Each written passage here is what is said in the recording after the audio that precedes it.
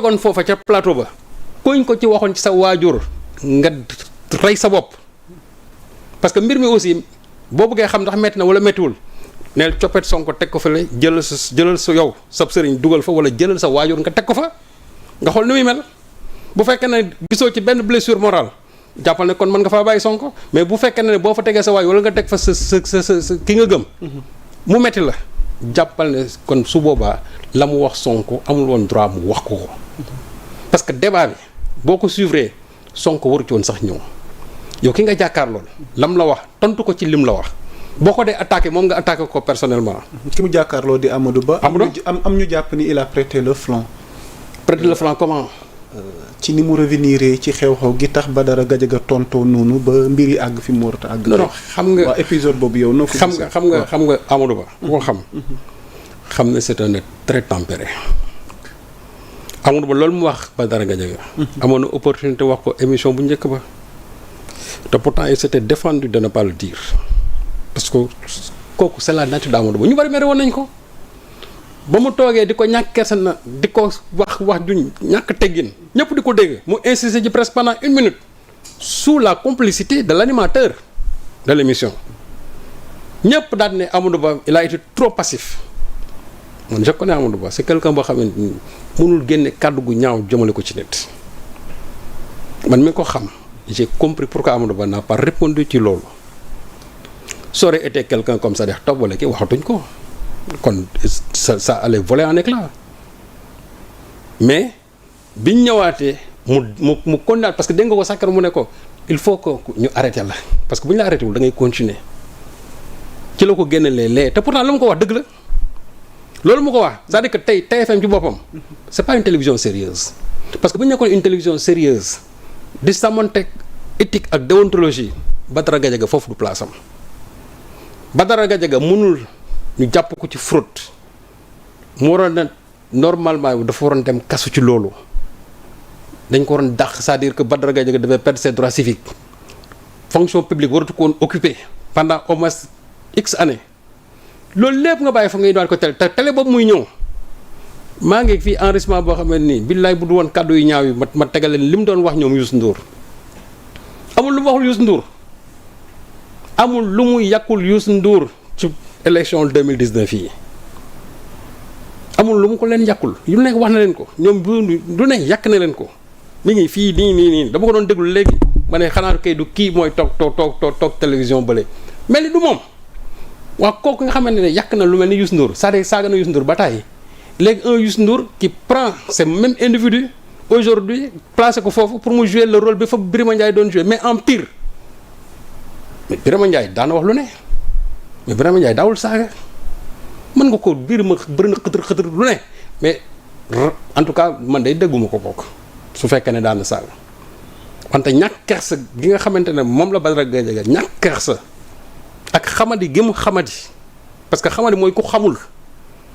parce que nit bu xamee am savoir vivre yenn yi doo toog ci bërëb di ko wax mais su fekkee ne yow dañ lay fay pour ngay toog di régler ay comptes parce que Abdou Nguer l'épisode Abdou Nguer est passé par là Abdou Nguer moom bañ na ko ba il a été franc ku ma fay ma saaga xam nga Abdou Nguer comme moom ab dof la moom la nga xam ne moom lañ koy sant moom la wax moom la muy def moom la wax ku ma fay ma saaga effectivement c'est-à-dire leur mission c'est ça insulter pour être stipendié par la suite. dogguma la parenthèse sax l'affaire Abdou Nguer ak Ibrahima Bari Gassama renvoyé au 8 octobre 2025. tey tribunal loolu lañ fa jëlee comme xibaar yi ñuy seetaan. affaire Abdou Nguer kon renvoyé nañ ko ba le 8 octobre ma bàyyi la nga yeggali. donc comme ni ko waxee. ñooñu dañ leen di fay ñuy saaga. Badara Gadiaga est dans la même logique dans la même veine.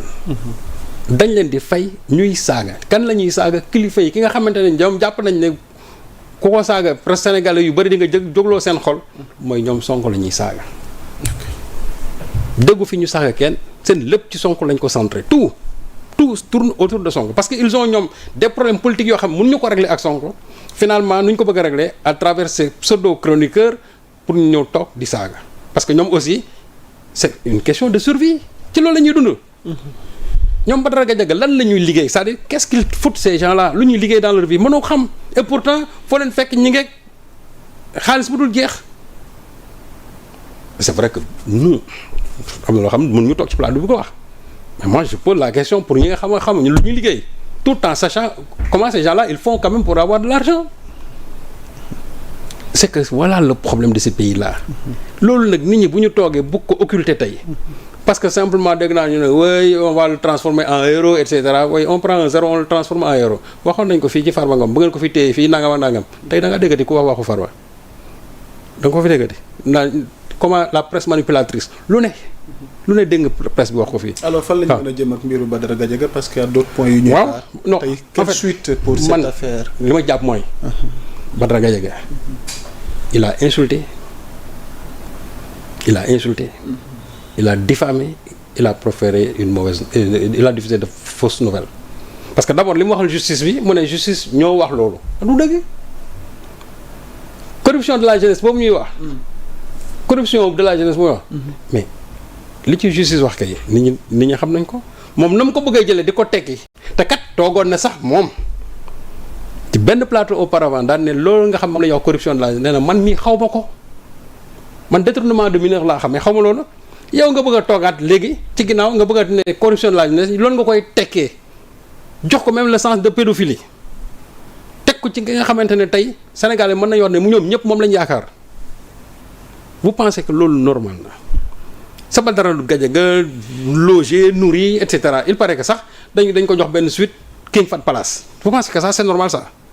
dañ ko jox ah oui man dañ ko dit que fi King Fahd Palace dañ ko fa sax jox suite xam nga King Fahd Palace moom man ça m'étonne aujourd'hui que Racine Sy nekk fa ba léegi avec tout ce que l'on dit sur le King Fahd Palace boobu pour man jàpp naa ne il faut que état bi jóg ci parce que le problème qui se pose mooy njome yu bari fa lay xewee. King Fahd Palace. l'affaire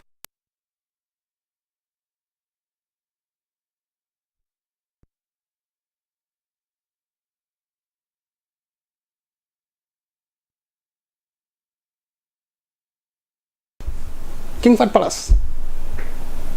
ça signifie que donc Racine ci boppam il est impliqué dans ça voilà ces choses là qui se passent te kii il n'est pas le seul il y a beaucoup de journalistes yoo xam ne foofu dañ leen fay jox ay kii gratuitement et j'en connais parce que ce sont tous ces gens là qui tirent sur Sonko moo tax quand je vois aujourd'hui Racine qui essaie de s'accointer avec ñoom Sonko ak ñoom Diomaye c'est un problème. c'est-à-dire que nit da ngay mel nii wala nga mel nii tànk dafay lemu wala mu taalaloo mais mënoo ko bàyyi ci diggante bi mënoo ne yow tu es avec les nouvelles autorités alors que au même moment les gens qui passent tout leur temps à insulter ces autorités là mais vous leur donnez des faveurs quand même dans cet hôtel là qui est un hôtel de l'État. c'est paradoxal quand même. mais c'est plus que paradoxal alors c'est pourquoi ma ne état bi nag war nañu am seen fulla ak fayda régler li nga xamante ne moom mooy xew fii. parce qu'après tout ñoom la ñu jox suffrage yi bés bu heure bi jotee. Sénégalais ñoom lañ koy laaj. ok ils ont tous les leviers aujourd'hui en main pour régler ce qui se passe dans ce pays parce qu'il y a trop de désordre dans ce pays là. mais yoon am na ci dëkk bi xanaa. non c'est-à-dire que yoon am na parce que justice bi tam yóbbu nañ ko banc des accusés. waaw mais justice bi aussi il faut. ñenn ñi poser le débat de la liberté d'opinion d'expression. oui mais la liberté d'opinion oui. la liberté d'opinion. parce que Thierno Alassane moom bu ma ci dikkaate jàpp na ni voilà donc ngeen meema tuuti rek Thierno pense que le régime a décidé de faire gérer ses états d'âme et ses